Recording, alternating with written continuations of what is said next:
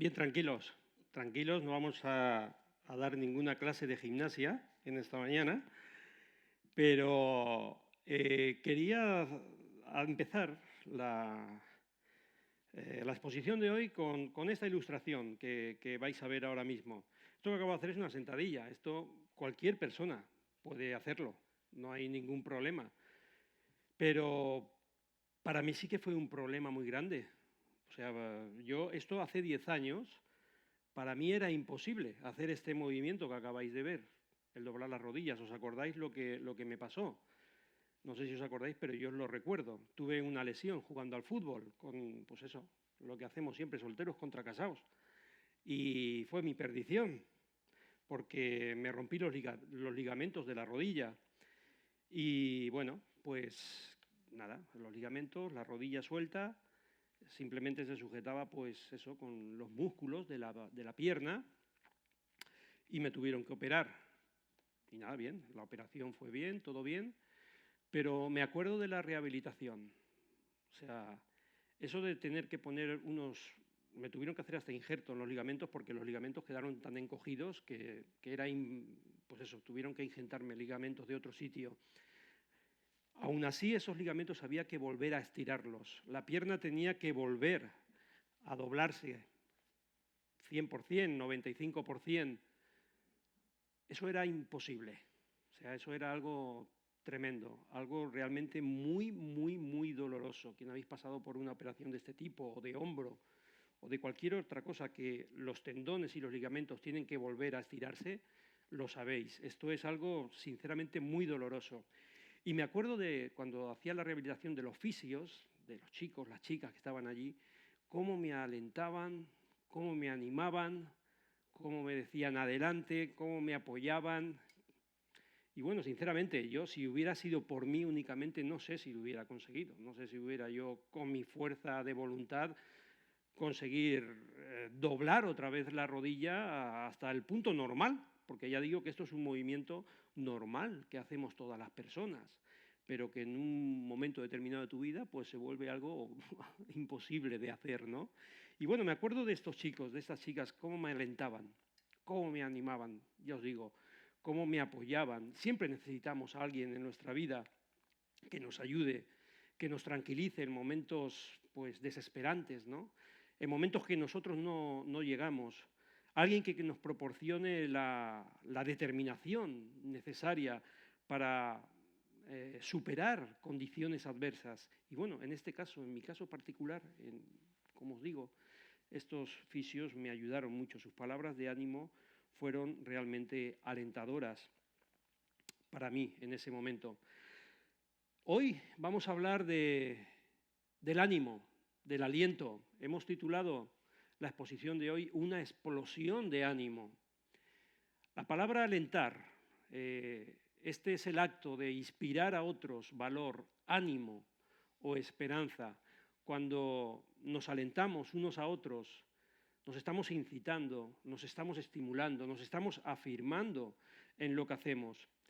Hace muchos siglos, bueno, hace un par de siglos concretamente, cuando los cristianos empezaron a congregarse, sus días eran una constante persecución, eran momentos muy difíciles para la Iglesia. El martirio les resultaba tan cotidiano, tan corriente como a nosotros los embotellamientos de tráfico en la calle Colón o cuando voy a la tienda y llego al tanatorio.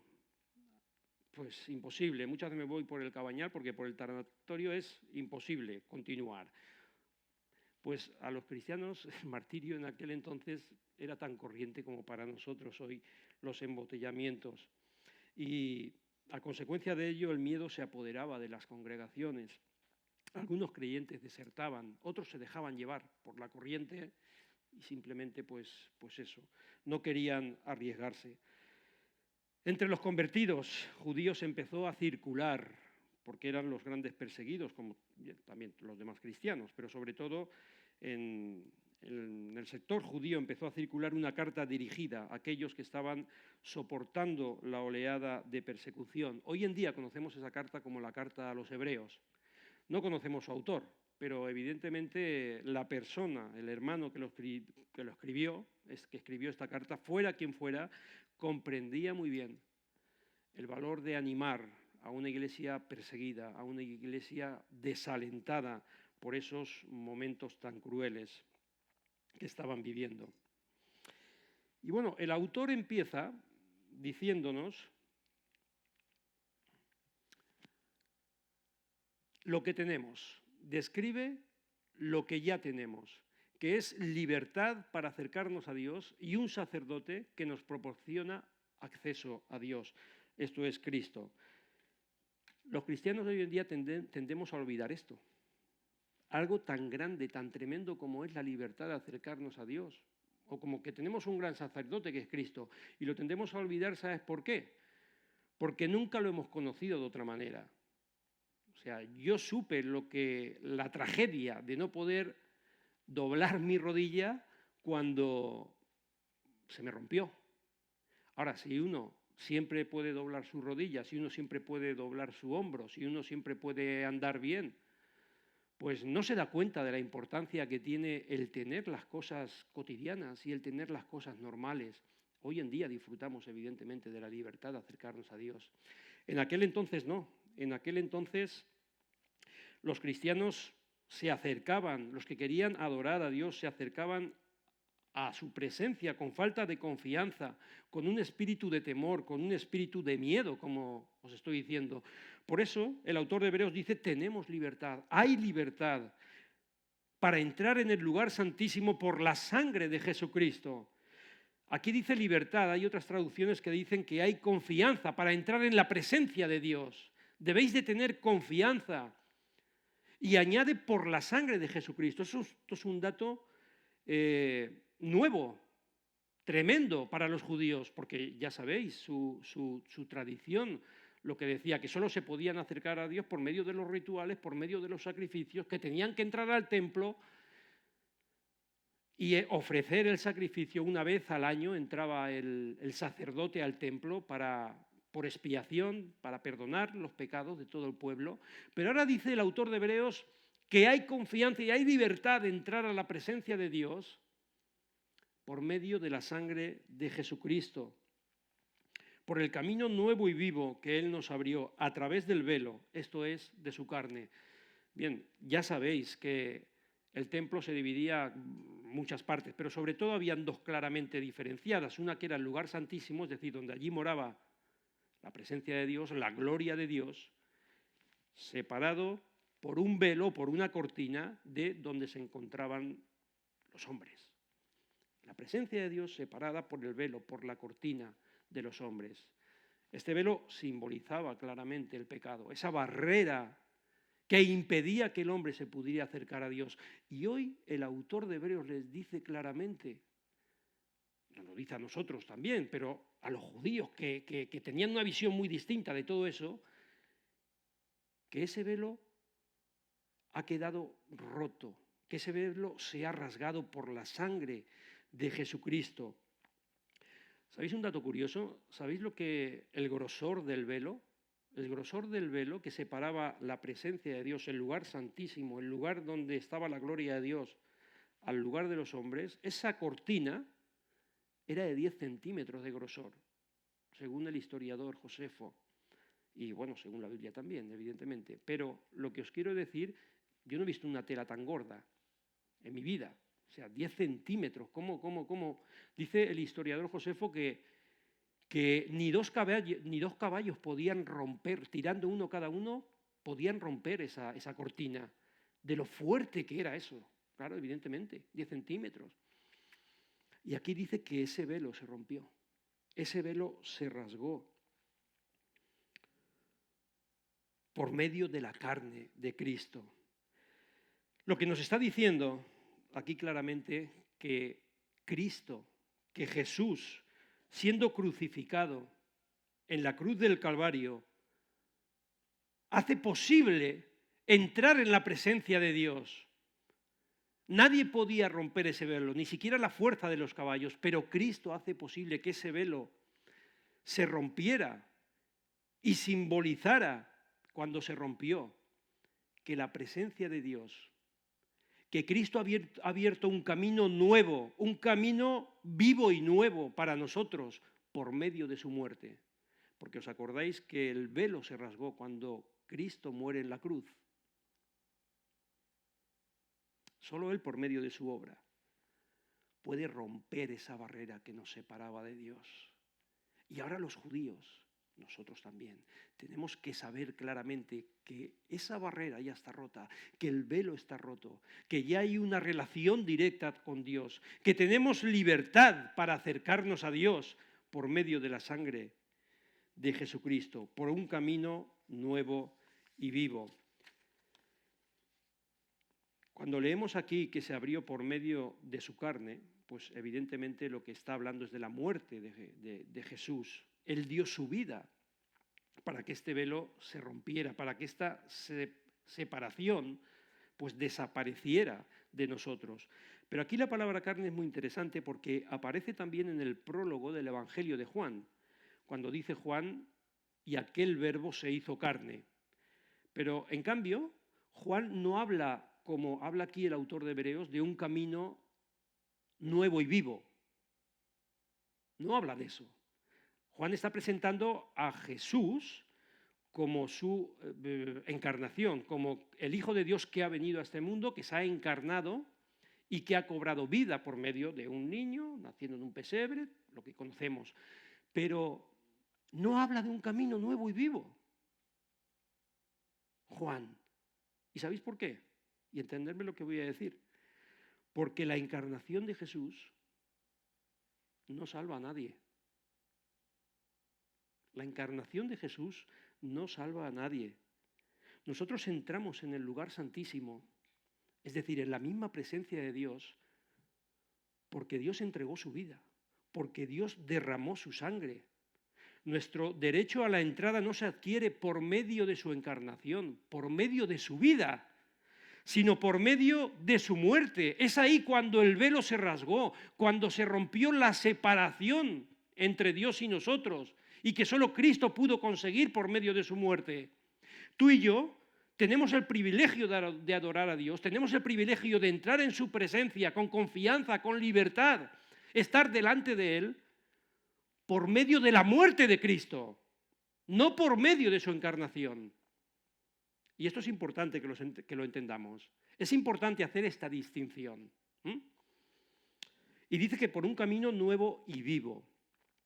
Aquí la palabra nuevo proviene de la raíz en griego prospatos, que significa recién muerto. Es decir, Cristo ha abierto ese camino nuevo y vivo a través de su muerte. A través de lo que se ha destruido, ha creado algo nuevo. Pero no solamente nuevo, sino además vivo. Vivo para ti y para mí. Este es un camino nuevo y vivo a través de su crucifixión y a través de su muerte.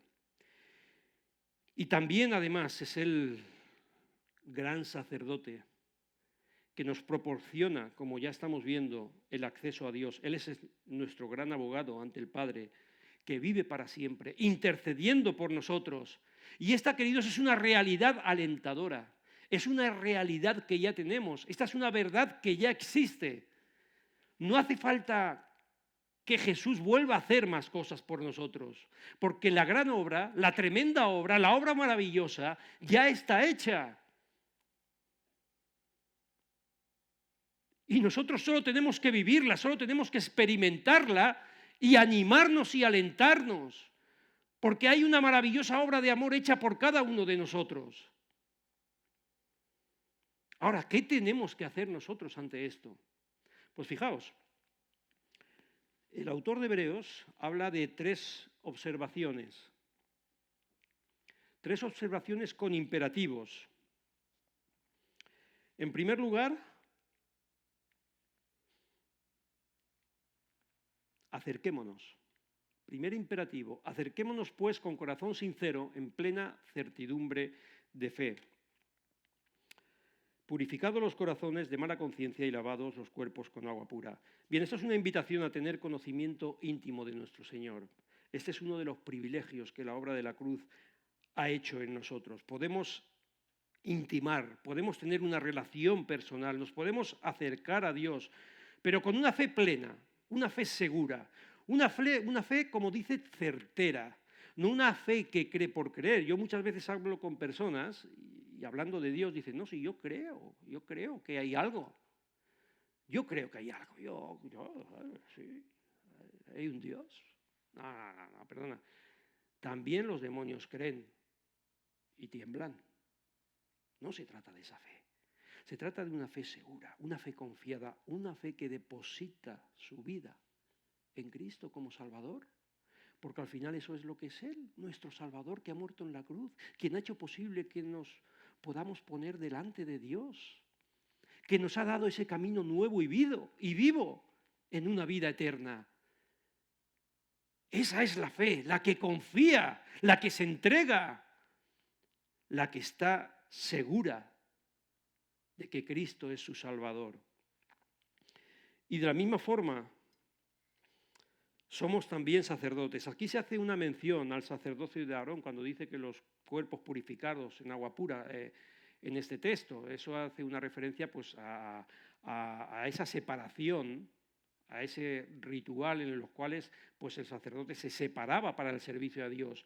Pues de la misma manera los creyentes somos sacerdotes, somos separados para Dios, para su servicio a Dios. Y nuestra dedicación, nuestra separación nos permite acercarnos a Él con un corazón genuino y puro. Y esto significa que tú y que yo, como creyentes, somos miembros de un gran sacerdocio. Una de las grandes verdades que rescató Juan Calvino en la Reforma es precisamente esta, que todo creyente es un sacerdote delante de Dios. Todos. Tú y yo, cada creyente, podemos ir al Señor, podemos estar en su presencia confiados, con libertad. Mucha gente le pide a un sacerdote o a un pastor que ore por ellos. Bien, vale, bien, no pasa nada, está bien, está bien. Pero recordemos que todos los creyentes tenemos un acceso directo a Dios, que todos nos podemos presentar delante de Dios, que todos podemos intimar con el Dios omnipotente, con el Dios creador, que todos tenemos derecho a entrar en la presencia de Dios porque Cristo ha ganado esa entrada por nosotros en la cruz. Es el recién sacrificado, el recién muerto, que ha abierto un camino nuevo y vivo en el cual yo puedo relacionarme directamente con el Señor.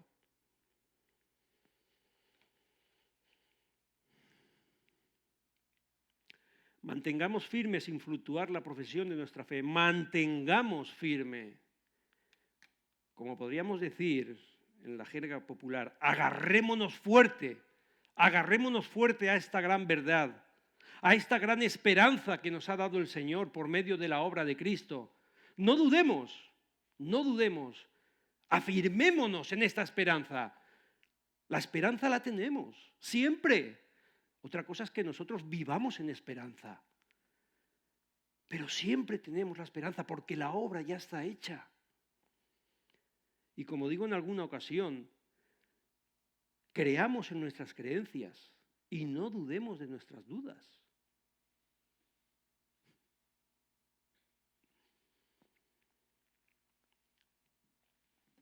Agarrémonos fuerte a la verdad de Dios, a la fidedigna verdad de Dios, porque esto es verdad,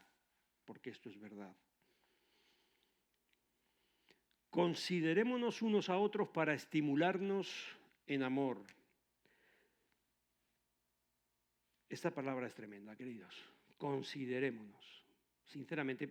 A veces nos pasa un poco desapercibida, porque claro, entre hablar de la libertad, de que podemos entrar en la presencia de Dios, de que Jesús es nuestro gran sacerdote, de que Él ha hecho un camino nuevo y vivo para nosotros y por nosotros. Y luego el versículo 25 habla de no dejando de reunirnos, como algunos tienen por costumbre. Y entre un texto y otro, pues este está ahí en medio y a veces como que se nos olvida, o sea, considerémonos. Y no le damos la importancia que tiene esta palabra, es tremenda. Yo la he descubierto, sinceramente. La he descubierto lo grande y maravillosa que es esta palabra, queridos. Considerémonos. La palabra considerar viene del griego katanoeo, katanoeo. La primera parte de esta palabra kata significa intensivo, significa estrechamente, es decir, entender intensamente, plenamente, fijamente. No se trata de un ver por ver, no se trata de un mirar, sino de una observación fijándote bien en los detalles, en todas las cosas. Fijaos, esta palabra la encontramos en los evangelios, en Mateo, en Lucas, cuando habla de las aves del campo, cuando habla de los lirios, ¿verdad? ¿Os acordáis? Y nos dice que consideremos, o sea, fijaos cuidadosamente en ellos. Fijaos en los lirios del campo, que ni tejen ni hilan, y fijaos cómo crecen, considerad cómo crecen. Que ni aun Salomón con toda su gloria se vistió como ellos. Y también habla de las aves del pájaro en el mismo sentido. Fijaos en las aves de los cielos, como ni siembran, ni siegan, ni recogen, y en cambio su Padre Celestial las alimenta. Es decir, fijaos en esto, en cómo el Señor los guarda, en cómo el Señor los protege, en cómo el Señor valora su creación. Y luego finalmente lo contrasta con nosotros y dice, ¿no valéis vosotros mucho más aún que todos ellos? O sea, es un fijarnos en el valor de las cosas, no es un mirar por mirar, no, fíjate bien, considera a tu hermano, considerémonos unos a otros. Por lo tanto, lo que este texto me está diciendo es que cada cristiano debe tomar muy en cuenta a sus hermanos, debe tomar muy en cuenta el valor que tiene cada uno de ellos para Cristo, por lo que ha hecho Cristo por cada uno de ellos, por Dácid, por Samuel, por Vicente. Considéralo, Santi, el valor que tiene cada uno de ellos, porque Cristo lo ha dado todo por ellos. Considéralos, considéralos para estimularlos al amor y a las buenas obras. Y fijaos, no se nos dice qué tenemos que hacer con ese considerémonos. No se nos dice específicamente qué hemos de hacer, se nos exhorta simplemente a considerarnos, y ya es bastante. Porque si entendemos claramente lo que significa esta palabra, si entendemos claramente que tenemos que fijarnos, que tenemos que darnos cuenta del tremendo valor que tiene cada uno de ellos para Cristo, pues que podamos reaccionar, ¿no? Que podamos actuar de acorde a esto. Yo diría en este texto, y permitirme que parafrasee un poco el texto, yo diría ese versículo 24 de la siguiente manera: fijaos los unos en los otros y teneros en gran valor para provocaros al amor y a las buenas obras. Y aquí he introducido una nueva palabra, provocaros, que viene de la misma raíz que es estimularos. La palabra provocar, la palabra alentar, la palabra animar, vienen a significar lo mismo que estimular. Incluso irritar, aunque claro, aquí la palabra provocar y la palabra irritar nos suenan mal, porque normalmente en este mundo estas palabras se emplean en un sentido negativo. Cuando uno nos provoca es que nos está provocando para una reacción mala, una reacción egoísta. Este tío me está provocando. Y lo que se espera es una reacción. Claro, la carne solo provoca la carne. La palabra en sí no es mala. La palabra provocar, la palabra irritar, es lo mismo que estimular, es lo mismo que alentar. Lo que pasa es que evidentemente la carne provoca la carne. El hombre natural provoca al hombre natural, pero el amor provoca al amor. El hombre espiritual, la mujer espiritual, provoca el amor en otro hombre o mujer espiritual que está en presencia de Dios. Así que, en este sentido, debemos de provocar al amor a nuestro hermano, a nuestra hermana. Solo se puede provocar reacciones de gracia en nuestros hermanos, reacciones de benignidad, de amor, de nosotros en primer lugar y de nosotros hacia nuestros hermanos. Y hemos de pensar en distintas formas de estimularnos, de provocarnos, de animarnos unos a otros, para que el resultado sea un amor mutuo, mucho más profundo de lo que podemos tener o pensar. En una palabra se está hablando de alentarnos, se está hablando de animarnos unos a otros, provocándonos, estimulándonos al amor. Es muy fácil echar un jarro de agua fría sobre un hermano, queridos. Esto es fácil. Es fácil hundir. Pum, pum, pum. Tiramos ahí 4 palabras y lo dejamos hecho polvo. Vale. Pero no se nos llama a eso. No se nos llama a eso. Se nos llama a estimularnos, a provocarnos en amor y a las buenas obras.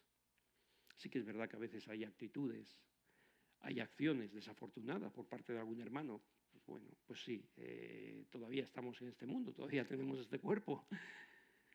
Pero bueno, nosotros también hacia los demás, porque siempre pensamos de esto al revés, ¿no? Los demás a nosotros, pero nosotros también tenemos actitudes desafortunadas hacia nuestros hermanos. Pero la palabra de Dios es clara, no estamos llamados a esto, estamos llamados a estimularnos y alentarnos, a provocar reacciones de gracia y de amor, no solo en nosotros, sino también en los demás. Y cuanto más considerando quiénes son, el valor que tienen, ya lo hemos visto. Qué gran valor tiene que Cristo ha dado su sangre por cada uno de ellos. ¿Quién soy yo? ¿Quién soy yo para despreciar o para ser indiferente a mi hermano o hermana? Un objetivo importante de la adoración es prestar atención a nuestro hermano y lo que podríamos hacer por él para alentarle. Porque al final, ¿qué? Al final somos hermanos. ¿Qué significa ser hermano de Dátil o de Barry o de David? ¿Qué significa ser hermano? Significa que tenemos el mismo padre. Somos de la misma familia, que tenemos las mismas bendiciones, los mismos deberes, el mismo propósito en este mundo. Y debemos pues alentarnos, ayudarnos, animarnos para que ese propósito se pueda cumplir.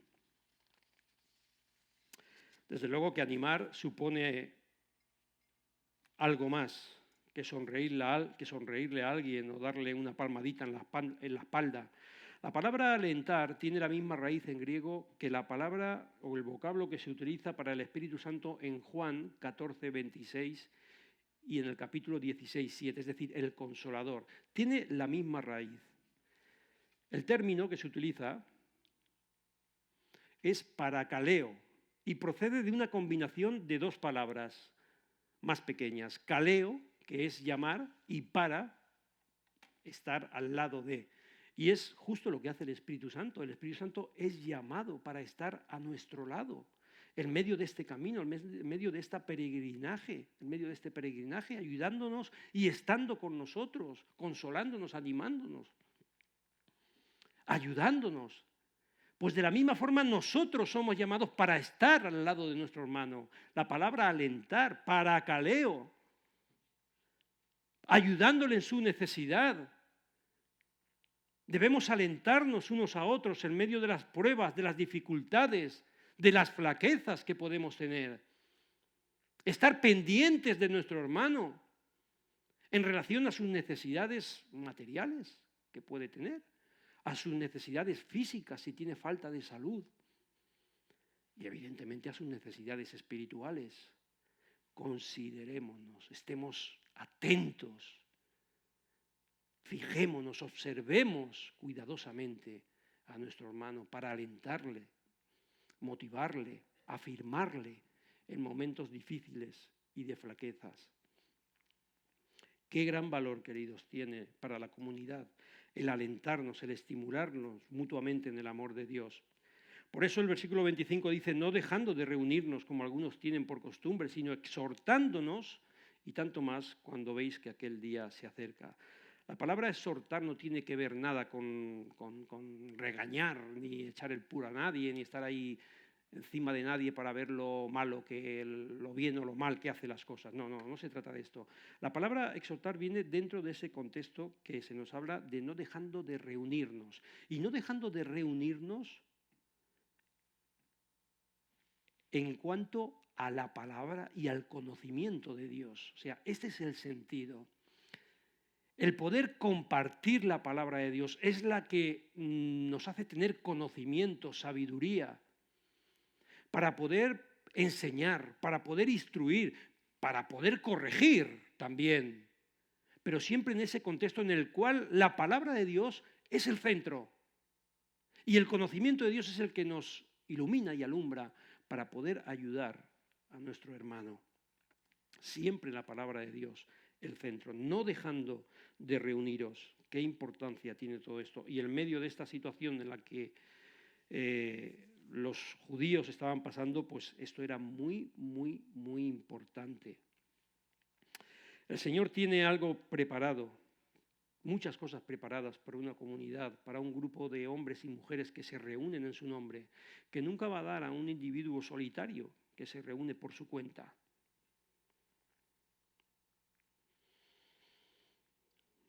Siempre el reunirnos bajo la palabra es el entorno ideal para poder corregirnos, para poder enseñarnos, para poder compartir las bendiciones y las enseñanzas del Señor. Así que, recapitulando, tenemos un texto en que se nos habla de los 3 principios de la vida cristiana: la fe, la esperanza y el amor. Acerquémonos con fe, como hemos visto, a Dios. Acerquémonos y afirmémonos también esta esperanza que ya tenemos por medio de la obra de Cristo. Y acerquémonos con amor a los demás como Cristo lo ha hecho por nosotros. Cuando analizamos el concepto de alentar, decíamos que es el acto de inspirar a otros valor, ánimo, esperanza, y eso es lo que nos da Cristo. En medio de su obra, porque Él es el Hijo de Dios, porque Él es nuestro Salvador. Y no tiene que hacer nada más, queridos. El Señor ya nos ha dado absolutamente todo. Nosotros debemos de animarnos, de alentarnos, sabiendo que esta realidad ya ha sido consumada, sabiendo que Cristo ha abierto un camino nuevo y vivo por cada uno de nosotros, sabiendo que podemos presentarnos delante de Dios sin ningún temor, con toda confianza, delante del Dios creador y omnipotente. Cristo ya ha hecho esta obra maravillosa de amor. Y nosotros tenemos que recordar continuamente lo que Él nos ha dado por medio de su muerte en la cruz. Y es en esta misma realidad, queridos, que nos tenemos que alentar unos a otros, que nos tenemos que considerar unos a otros, alentándonos, estimulándonos y afirmándonos día tras día en la verdad y en la fidelidad de Dios. Así que en medio de estas situaciones, queridos, que ahora estamos viviendo con todo este tema del confinamiento, pues, y de la pandemia, pues estas palabras de Dios nos tienen que animar. El Señor ya lo ha hecho todo por nosotros. Ha dado su vida en la cruz por cada uno. Lo tenemos absolutamente todo en Él. Así que tomemos estas palabras, considerémoslas en nuestro corazón y sepamos actuar pues, dependiendo de ellas. Que el Señor nos bendiga.